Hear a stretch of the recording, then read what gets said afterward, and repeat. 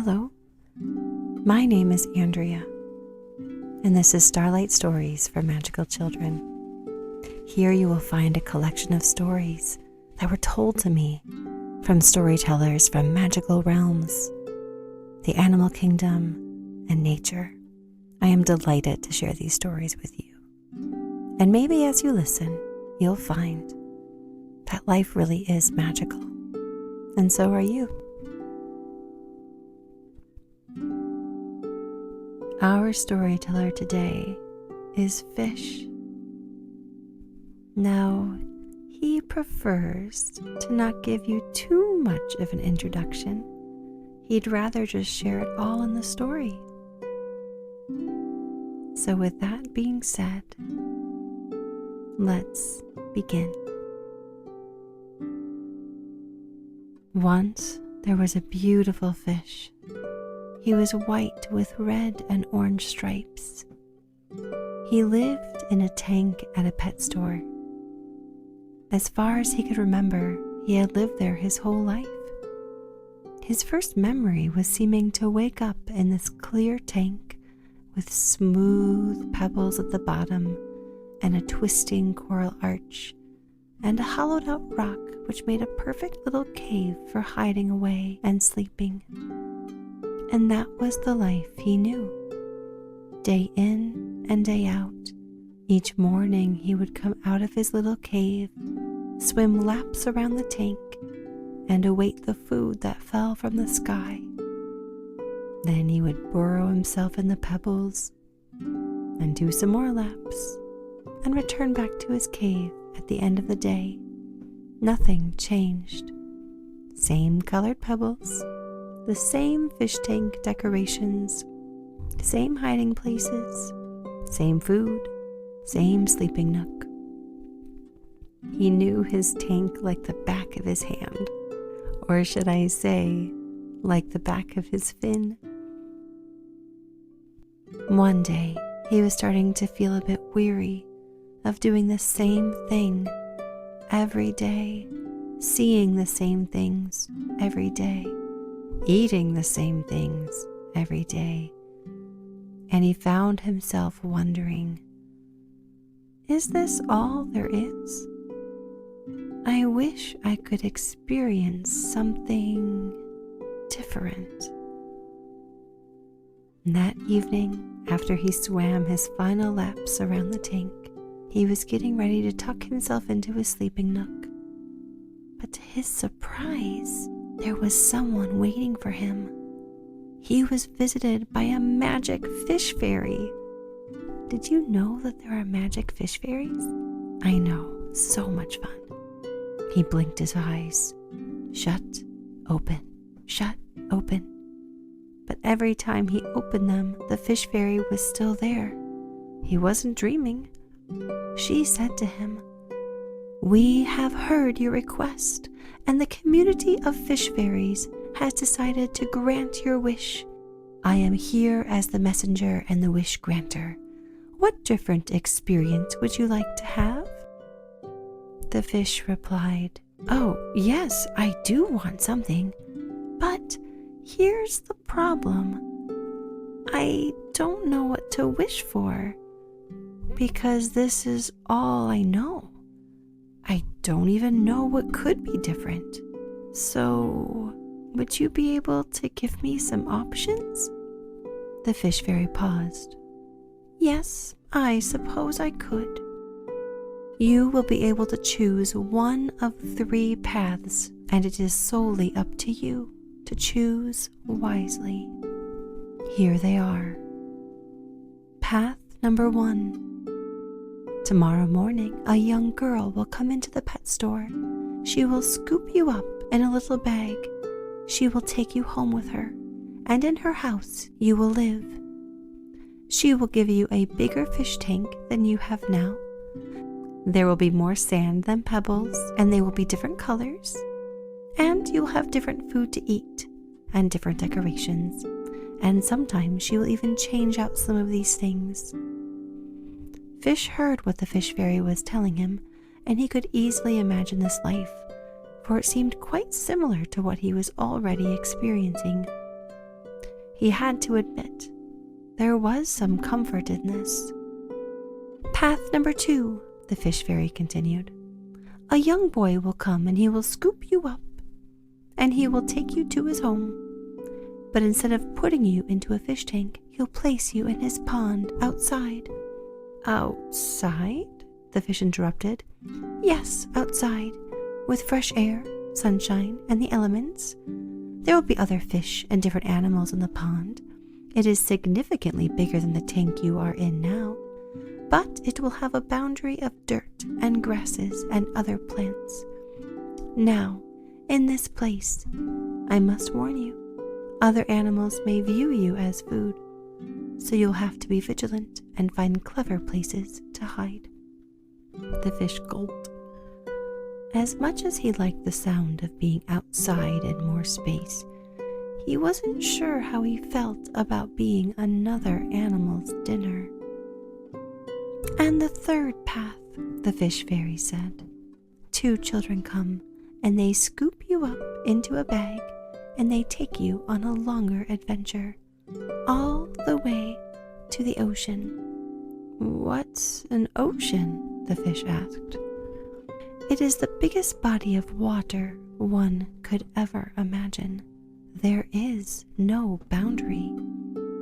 You could swim your whole life without stopping, and you would still not have explored all of the great expansiveness of the ocean. The water is alive and moves in great billows called waves that crash onto land. There are beautiful sea creatures that are as small as the pebble you stand upon and larger than this building you are in. You could easily be food, but you would also have an abundance of food for you to eat of different varieties and flavors. The fish listened carefully to the fish fairy's words. His mind could barely comprehend anything the fish fairy had just shared about the ocean. It certainly seemed to be the most different compared to his life now. Well, how long do I have to choose? The fish asked the fish fairy. You have until tonight. When you have made your choice, announce it out loud. It might feel like you're talking to no one, but I will hear you. At that point, it is important that you return to your sleeping nook and allow yourself to rest, for you will want to have your energy restored for your new experience that will come to you. Do you understand? The fish fairy asked the fish. I do, he said. And with that, the fish fairy was gone, and the fish was left wondering what decision he was going to make. He started to swim in circles, thinking. Which one? Which one? He did kind of like the sound of going to a bigger tank. Maybe that would be just different enough. But also, a pond sounded a little bit more adventurous. But what about that ocean? He kept thinking, and while he was thinking, he was swimming in circles, trying to figure out exactly what he should do. He could see reasons to choose each of the experiences, and he could also find reasons to avoid each of the experiences. He realized he could spin and swim in circles all day, that he could make an argument for any of these choices, but he still didn't know what to do. I need to do something different, the fish thought to himself. This swimming and thinking isn't helping. So he suddenly stopped swimming. He looked around his tank. He noticed the shape of the pebbles on the bottom of the tank. He heard the humming sound. He felt the water slowly move over his fins as he was treading water. He felt his body begin to calm. His mind was beginning to quiet, and in the inner and outer stillness, he began to imagine himself taking each of the 3 paths. As he took the first path in his imagination, he could feel what it felt like to be in the slightly larger fish tank with a little more room to swim his laps. he could taste the slight varieties of fish food that would fall from the sky. He could even see the different colored sand and pebbles on the bottom of the tank, and hear the tap tap tapping as the girl was saying hello, and he could see her friendly face. And then he began to imagine choosing the second path.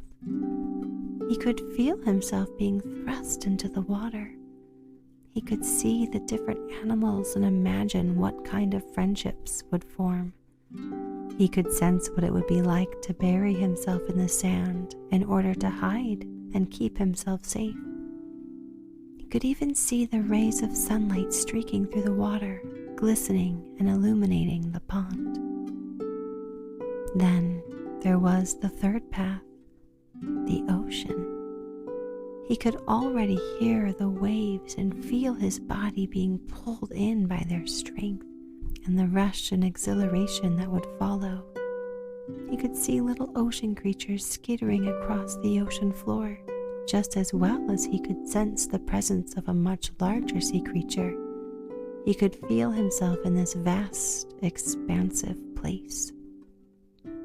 In this place of imagination, as he felt himself taking each of these 3 paths, it became clear which one was for him. He knew. And so he announced his decision loudly, seemingly to no one, then headed back into his sleeping nook and drifted off to sleep. He had made his decision.